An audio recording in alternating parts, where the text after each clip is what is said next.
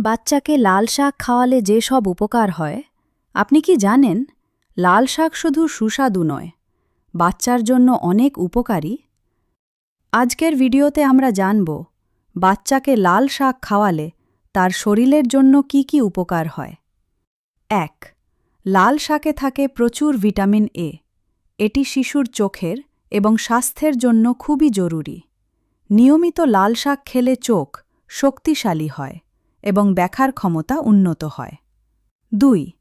লাল শাকে আছে ক্যালসিয়াম এবং ভিটামিন কে। লাল শাক হাড় ও দাঁতকে মজবুত করে।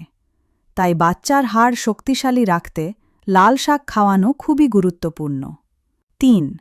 লাল শাকে প্রচুর অ্যান্টিঅক্সিডেন্ট এবং ভিটামিন সি থাকে।